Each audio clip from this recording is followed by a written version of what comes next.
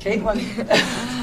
Yeah, I think, obviously we kind of got in a little hole to start the game, and I think, maybe we were a little tight just to start the game, and, obviously we've been in that position before, and, once my first three went down and seeing it go through the net, I think, always that's nice, and then you just keep shooting it, and I think once we got stops and pushed in transition, that's when we were the most effective, and, I think that's been the story all year long for us, and that will continue to be the story.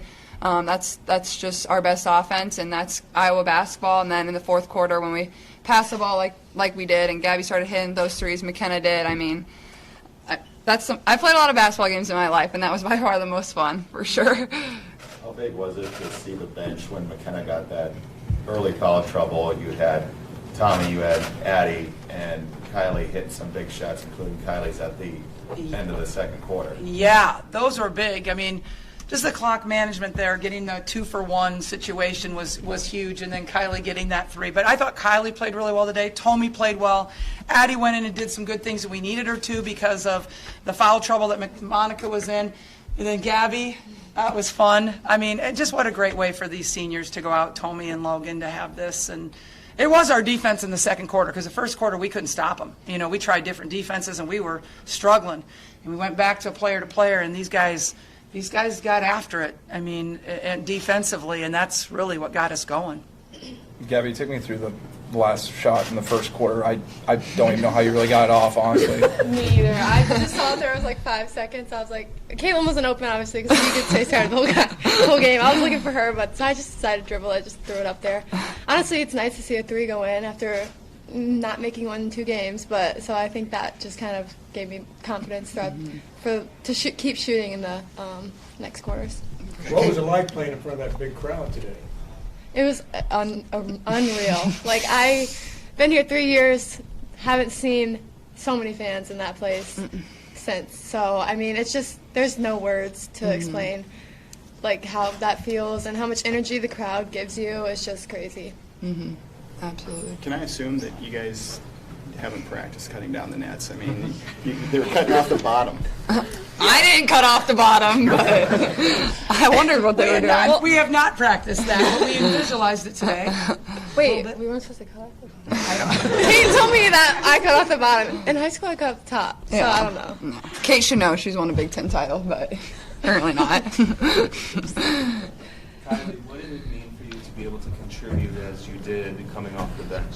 Yeah, obviously we all got ready for this game. It was a huge one, so just being able to go in there and contribute in the way that I did, it was a great team win overall. So just being able to contribute to that is just really fun. And I think obviously with the crowd, it was really fun just with everyone that was there. And obviously when you're playing, you try to get into a zone, but it was just you could hear the cheers, and it just brought a lot more for us in our momentum. So.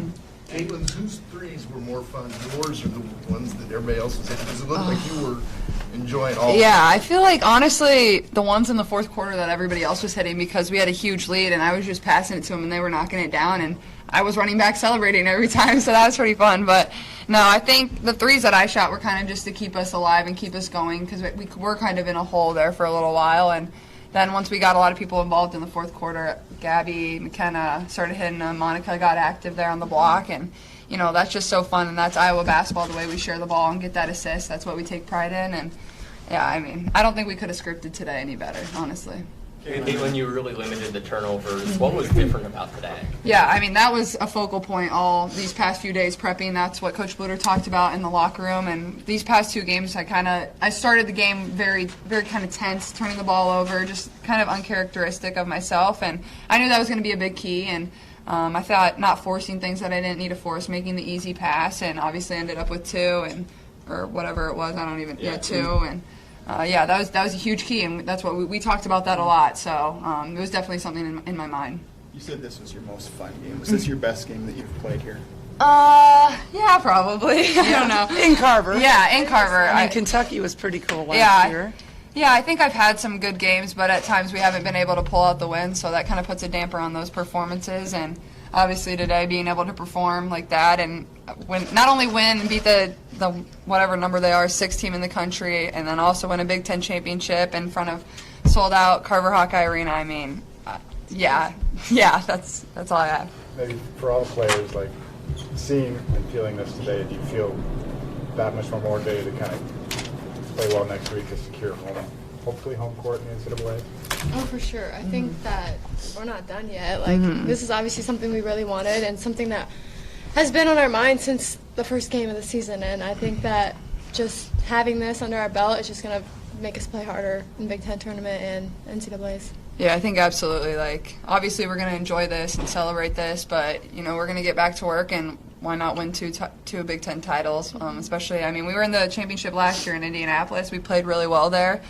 So go back and get a little revenge and bring home another one. But, yeah, I think obviously this is when you want to be playing your best basketball, and we are playing our best basketball. And obviously if we can get home court advantage for the NCAA tournament, that's huge, and getting to do that again would be a lot of fun. Having lost those tough games at home to Ohio State and then Maryland, how did you guys sort of pick yourselves back up and think? Were you thinking you could still get this done? Yeah, I think definitely, for sure. That's what we were always thinking. I think we knew that we were going to need a little help, and after Michigan beat us at Michigan, they lost 2 in a row, so we kind of knew the door was open. We just needed to win the games that were in front of us, and we really just went 1-0 every single time we stepped on the floor. And I think that just speaks to how good the Big Ten is this year. Obviously, it came down to the last game. I don't think the Big Ten could have planned it any better and gave us home court advantage. I appreciate that, but no, I think that just speaks to the Big Ten, and really, we had 4 losses in conference and we're still champions, and there's a lot of talented teams, and I think the tournament's just going to be as fun as this whole season has been. Coach, I know I've asked you this before, but 4 teams with 4 losses in the league. You played 18, so you go 14-4. Does a bit of this belong to whether it's Barbara Burke or somebody like that to get these games rescheduled? Yes, it does. Barbara's in the back there, and yes, she worked so hard with the Big Ten and with schools to get these games rescheduled for us. And we went through a lot of different scenarios, and so absolutely, I really appreciate you saying that, Jeff. That is very accurate.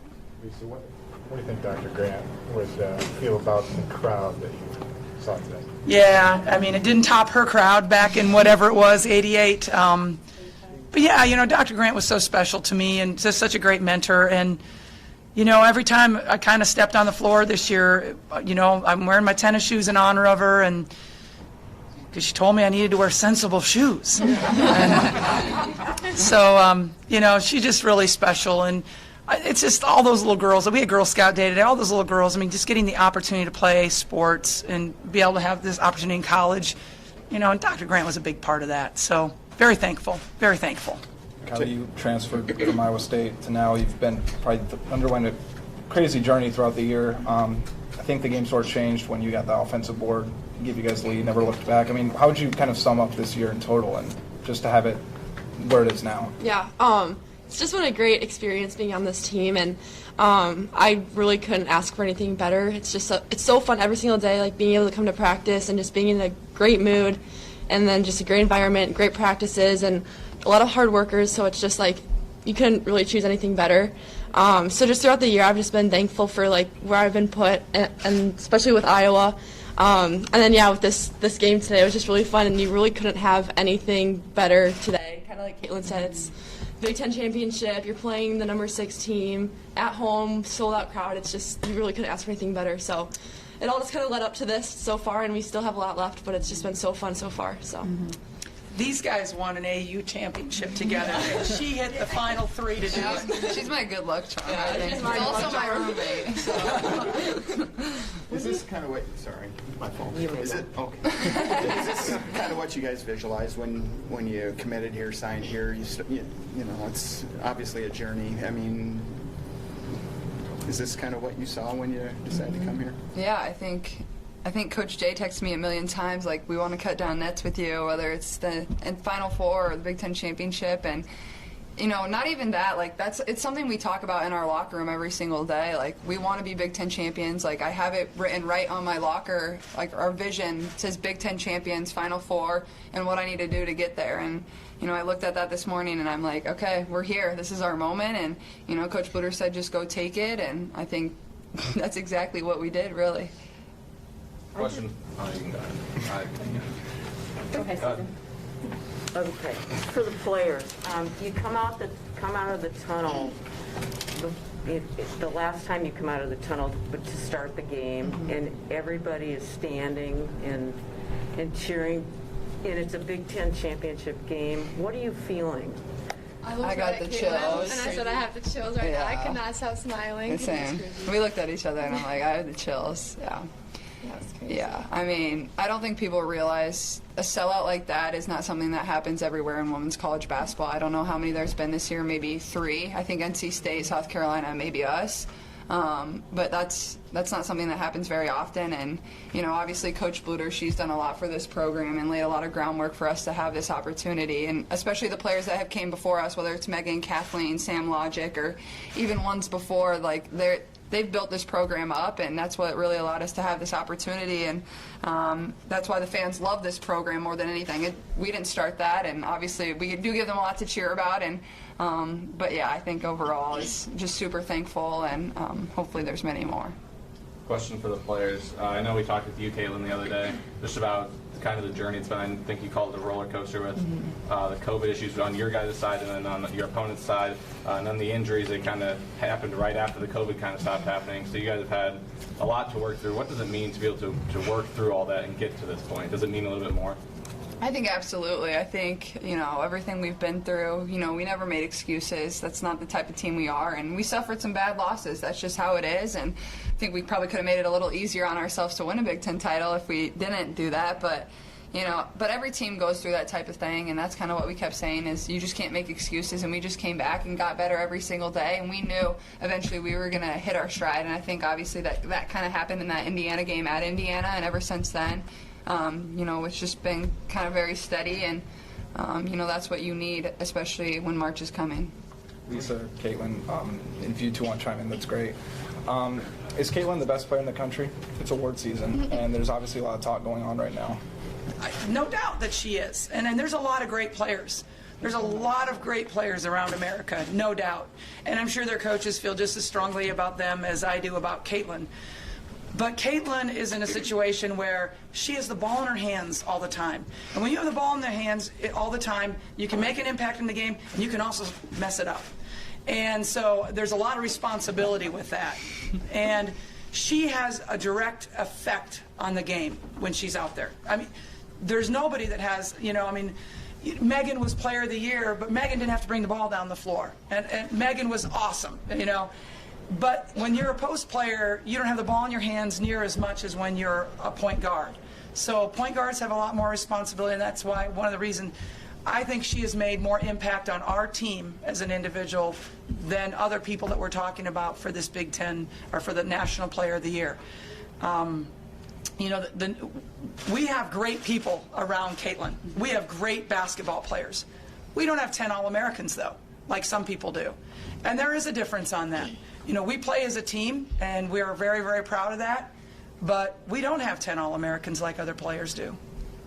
And you don't see anybody else in the country shooting logo threes, triple teams, so that's all I gotta say. Thanks, Gabby. Appreciate that. When we filmed Wednesday, you said that you felt Michigan was the best team in the Big Ten. How do you feel now?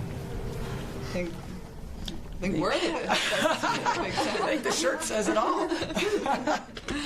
Caitlin and Gabby, you guys can chime in on this if you want. Caitlin, you mentioned what you have on your locker as far as the goals, as far as Final Four, what it takes to get there. But how much of it is your goal to help change women's basketball because of what we saw with the crowd? And with the Ohio State game being the most watched, I think it was in the Big Ten Network history or something like that. Is that another goal for you or for you or Gabby or Kylie to try and change women's basketball and the perception and get more people watching? I think absolutely, and I think we're doing that. I think people are excited. They can see that women's basketball is fun. You know, the most exciting player in the NBA is Steph Curry. He doesn't go and dunk the ball every single night. Yeah, we can't dunk the ball, but we can make shots like Steph Curry can. So he makes threes. But no, I mean, overall, I think absolutely that's our goal. And to change the game, and I think that you've seen that. When we go travel places, a lot of people come and watch us too, and the more and more attention you can bring to it. But I think overall there's a lot of players in women's college basketball that can do it. It's not just our team. And I think you're seeing that across the board, whether it's Leah, whether it's Paige, whether it's Ryan Howard, whether it's Naz Hillman on the other side tonight. There are great players all across the country, and I think highlighting them, getting their name out there, putting them on national television, putting them on Big Ten Network, Pac-12 Network, ACC Network, whatever it is, like, when people have the opportunity to watch them, they like it, they enjoy it, and I think, that's the biggest thing, and I'm grateful we play on the network a lot. We get to play on ESPN today, and, that's only going to help grow the women's game more, not even only basketball, I think volleyball, soccer, whatever it is, and obviously that is our goal. We want more people. We want sellouts every single night. Like, why wouldn't we? That's definitely the goal overall. Lisa, how have you seen Caitlin grow over the course of this year? I think she's matured over this year. I think last year as a freshman, I think she knows how to control herself in the game more this year than she did before. I think it's a maturity part, but physically she's stronger than she was last year, thanks to Coach Dinkelman getting in the weight room, so that's also good. But she's, I just think that, her turnovers have decreased this year. Her rebounding has gotten better this year. And I think she's starting to understand, what she's capable of, but also, how she leads this team is really important. How special was it to get Logan in the game today? Yeah, great. Logan, Iowa City girl, and just, for 4 years she's been here. She's had an up and down career as far as injuries. Very thankful to have her be able to get out there and get that standing ovation when she came off the floor along with Tommy. And that's why I wanted to bring them off individually. You don't always get to do that. And to bring them off individually and let everybody understand and be able to show their respects was great. Mm-hmm. Lisa, you mentioned Kate Martin a bunch of times this year. She's never the leading scorer on the team, but today she goes out, she gets 8 points, 5 rebounds, 6 assists, and she leads the team in plus minus. Is that what you expect from her almost every game at this point? Well, that's exactly what I was going to say about the plus minus. She's unnoticed on the floor, but her impact is amazing. Kate is the glue. Kate is the glue to this team. She's a utility player that just does everything a little bit for us. She doesn't care if she scores. She doesn't care if she doesn't score. She just wants this team to win, and she'll do whatever it takes for that to happen. So I appreciate you noticing that, Kyle. Thank you. Last question. Caitlin, given all the ups and downs that you've all been through this season, and now as you enter into tournament play, what do you want everyone to know about this team and what it represents? And then also, has Kevin Durant called you yet? I don't know. Maybe I need to go check my phone. I'm just kidding. I think obviously having an up and down season, especially with injuries and COVID, I know we talked about this in a previous press conference, but I think people started to doubt us a little bit. And like I said, the people in this locker room, the coaches, they never doubted for a single second, and we kind of just always bought in to going 1-0 every single day. And I think it's kind of similar to last season. Like, we're hitting our stride at the perfect time, and that's what you need. Once we got everybody back, everybody healthy, it really felt like all the pieces were just coming together, and that's perfect. And yeah, we love this moment, but why not get 2 and then take it into March? That's what it's about. We're not satisfied here, and we're going to be hungry for more. Awesome. Thank you, everyone. Thank you.